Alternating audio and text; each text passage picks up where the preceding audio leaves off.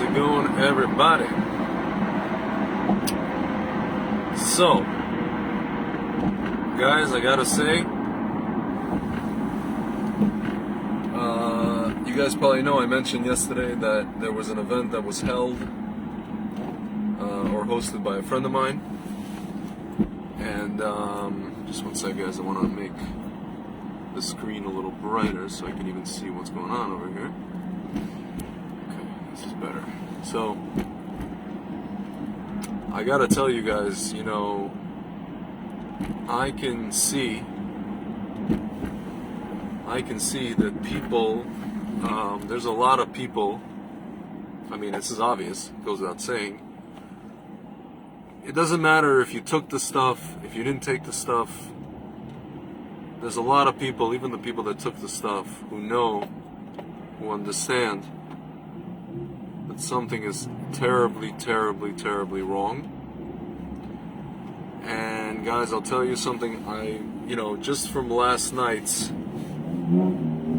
what happened at last night's event, I'm so encouraged and I'm so moralized, not demoralized, but my morale has been lifted, and I'm so energized, going forward. And guys, I'll just tell you that it doesn't matter who you are, whether you are quote-unquote Shomer Shabbat and Shomer this and Shomer that, or you're not. I'll tell you guys something, there are people who's, as Al Pacino said in Scent of a Woman, this guy's soul is intact. Guys, there's a lot of people whose soul is intact, whose neshama is intact, no matter what. You can't shake a person's soul if they have it. You can maybe instill a little bit of fear and doubt in them, but at the end of the day, they know and they can sense something is going on. And all that you need to do, all that someone needs to do is come along and say, well, here's the source of what's happening. What's happening is not a political thing. It's not necessarily a shmedical thing. It's a spiritual thing manifesting itself via shmedical and political machinations, or veils, or masks.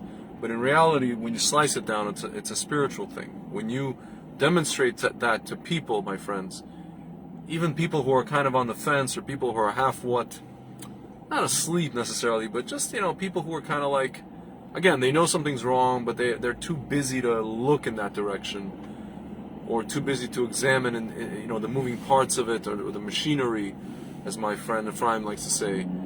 But if you get into that with them and you show them, well, listen, Dafka, it is spiritual. It's not political.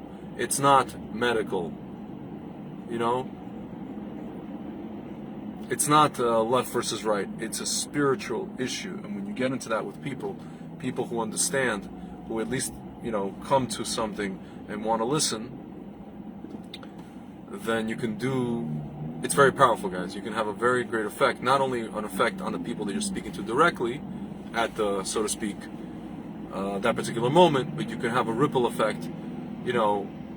Basically you empower, let's say you gather a room full of 15 people, you empower every single person in that room, and they empower. Again, guys, it's reversing the Ponzi scheme. It's reversing the Ponzi scheme. It's what I would call, what do they call it? It's like a good, positive version of direct marketing, or it's the best version of multi-level marketing. It's spiritual multi-level marketing, guys. That's what I would say. If the thing that we're fighting is a Ponzi scheme, and a Dafka is a Ponzi scheme, I think the thing that's going to counteract it is spiritual multi-level marketing. You talk to 15 people, those 15 people each talk to another 15 or 20, and kind of instill certain understandings in them. Guys, it's all Torah. All they have to do is talk about Torah. All they have to do in this case is talk about that everything that we're seeing in front of us stems from, Gan Eden, the Garden of Eden, and the first event with Adam and Chava, with the snake, with the Nachash, with the deception that was perpetrated, with the manipulation, with the obfuscation, with the double talk, and then blaming of the person who actually is the, so to speak, the one who got coerced or convinced. I don't want to use the word victim. The person who's not at fault, so to speak, right? That's where it all comes from, guys. And the sooner the people understand that, they can give that over to other people. And that's how the ball gets rolling, guys. That's how the ball gets rolling, guys. And I'll tell you guys something. Even if it ends at those first 15 people, that first kind of it's not even line of defense, but at that particular level, even on a spiritual plane, guys, that has an effect, because those people send out vibes into the world, and which start to manifest certain processes, guys. That's what ends up happening. That we know that, we understand that. This is something that's real. Especially, guys, when you're talking to a room full of Jews. And in this particular case, it was a room full of Israelis who see what they see. They read Israeli media, even though they live in America. They read Israeli media. They talk to their relatives in Israel and their friends in Israel, who tell them, things that are not happening here yet. Guys, as I always like to say, I said this in the beginning, whatever you guys see Israel doing today, fast forward 2 or 3 months, you'll see it in America, you'll see it in Australia, you'll see it in Europe, with different veracity, depending on who has, who's allowed to, for example, have schmeppens, In Australia, you see it, it's gevura on steroids, right? Why? Because people are not schmarmed. So it's a problem, right? In America, it's less so. Different parts of the country, depending on where you go, right? Here in New York, it's a problem. More of a problem, right? Go to Florida, it's less so, right? So, guys, and we understand, and so these people understand what I'm talking about, both in a practical sense and in a spiritual sense. And guys, I'll just tell you something, and I said this before. This was a room primarily full of Israelis who live in America. Guys, I'm saying this because it's significant, because this whole thing stems from Israel. As goes Israel, so goes the world. When Israel decides that they're going to stop this whole process, this whole chain of events, the world's going to follow. Hopefully they'll follow right away instead of waiting for 2 or 3 months, right? But guys, I forgot what I was going to say. I was going to say that with Israelis, what I love about Israelis is that as quick as they decide to take to something, or to adopt something, or to do something, as quick as they decide to do that, on the same token, when they realize that the something that they did with a quickness doesn't work, they stop doing it with the same amount of quickness. It goes for anything. It goes for business, relationships, anything in life. They don't have. It's funny. You could say they don't have. They always say savlanut. They don't have patience, right? It's a good thing and it's a bad thing. But in this case, it's a good thing, because they did it quickly. They took to it. They say, okay, let's try it. Let's see if it works. Okay, after 2 times, 3 times, you see it doesn't work. Some people went something stupid, went on the 4th time, but most people did not. They said, for sure, we're not going to give it to our kids, because we're not. And even the media in Israel said it's the program for kids on this thing is a monumental failure. And zehu, we're done, finished, close. So that's the good thing, guys, about Israelis. They realize the jig is up very, very quickly. They're not stupid. They don't trust the Shema government anymore, the Ministry of Silly Walks, as I like to call them.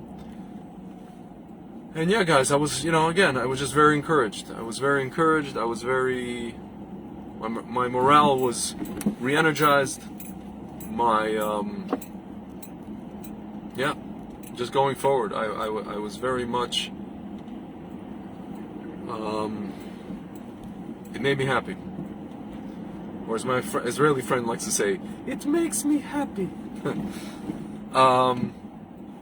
yeah, guys, that's pretty much all I have to say, and I really hope that going forward, maybe we'll be able to have events like this in the future. I think the next events we're gonna do are probably gonna be in shuls themselves, because a lot of people we invited, it was the private home from shul that we know, and B'ezrat Hashem. I mean, I think, I'll tell you guys something, and this is something that needs to happen. I think that the rabbis, as much as there are those rabbis, you guys know, who are very vocal about telling people, go do this and go take that, and it's a godsend. Guys, there's a lot of rabbis I know who feel the opposite, but they don't openly say it to their congregation. Guys, now is the time that the rabbis who feel the opposite, or feel that there's something wrong, and they know that there's something wrong, have to go openly. And I understand that it's politically incorrect on their end, and it's very delicate, and they're going to risk losing maybe people, whatever it is, and I understand the reasons why they haven't spoken openly up until just now, and I know a few rabbis that have. They're very few and far between, and I know rabbis who very openly speak, and they too have a congregation, and they get banned by social media, and they get people that leave them and say, why would you say that, whatever, people get upset at them, whatever it is. Guys, now is the time. Now is the time, okay? What did this Shmo Mama used to say? Your mama? Beat your mama? We are the ones we've been waiting for, right? I'm going to turn that around and use it for good. Guys, again, as my friend Ephraim likes to say, the Sitra Ahar gets it first. We are the ones we've been waiting for. All you rabbis, I'm sending out a call, a bat, appropriately enough, a bat signal, a Shmovid bat signal. For those of you rabbis out there who know that there's a big problem, something is up, and you stand in opposition to what these other rabbis have been screaming. Some of them got paid, some of them got threatened, some of them got, they're afraid, blackmailed, I don't know what the reason is, cajoled. If you disagree with those guys, don't close the door in the private meetings, don't speak in a hushed voice, come out. Don't talk in code, okay? Especially, you don't need to talk in code on Shabbat. There's no phones, okay? Tell the people how you feel. There's a problem. Don't be like those guys 80 years ago, okay? Who were afraid to say. And the other ones said like this, and the ones who were against, or the ones who were afraid, disagreed, were afraid to say anything in the open. There was a couple of them that said things, and those guys were like, shoot away. Guys, the way I'm about to word myself is not so tznius. Pick up your balls and hop to it. Really. Take your beitzim, have emunah on Hashem. You're rabbis, right? You teach us emunah on Hashem. I'm not saying, we're not talking Breslov or Rabbi Nachman here. I'm talking about just emunah and bitachon. If you see that there's a problem here, open your mouth. You guys are very good at giving sermons, and all these things, and Parsha of the week, and Chassidut, and whatever it is, and Hashkafa, philosophy. Guys, this is the Torah. This is another Parsha in the Torah called life, in the history of the world, in the history of the Jewish people. Don't absolve yourself of participating in the Parsha that we're seeing before our eyes, that we're participating in. Don't absolve yourself. Because at the end of the day, you're going to have to live with yourself. You're going to have to be able to sleep at night knowing that you said something, that you stood up and you said something. Don't hide. Don't play politics. Don't do it. The 5 people or 10 people you're going to lose in your congregation, you know what, guys? It's freaking worth it. I know it's easy for me to say I'm not a rabbi, I don't have a flock, I don't have a group of people following me. Guys, history has shown us that it's worth it to open your mouth. It's worth it, guys. And as Al Pacino said, you never open your mouth until you know what the shot is. But guys, you know what the shot is here, so open your mouth, talk. You guys are rabbis, you have the platform, and people will listen. Believe me, they'll listen, just as they're listening to those other clowns talking about, go, what's the shayla? Go take it. Hashem sent us, and say Sheikhianu on it, and say Tehillah, whatever, Hallel, with a bracha, without a bracha. Guys, okay? But I know that there's more rabbis who see a problem here. And there's more rabbis, even the ones that were for it and now understand that there's a problem, have turned, flipped their own script and inside their heads, hearts and minds, who are still afraid to say anything. Guys, don't let this be like what happened 80 years ago. Do not do it. Do not allow for that. Learn from history, guys. Learn from history. That's it, guys. I didn't plan on ranting at rabbis today. I just wanted to give you the lowdown of what happened. But guys, I'm telling you, don't play politics. Don't cajole. Don't speak in code. Just do it. Guys, again, the Sitra Achra gets it first. Nike told us, just do it. Just do it. Because there's no better time. Now is the time. That's it.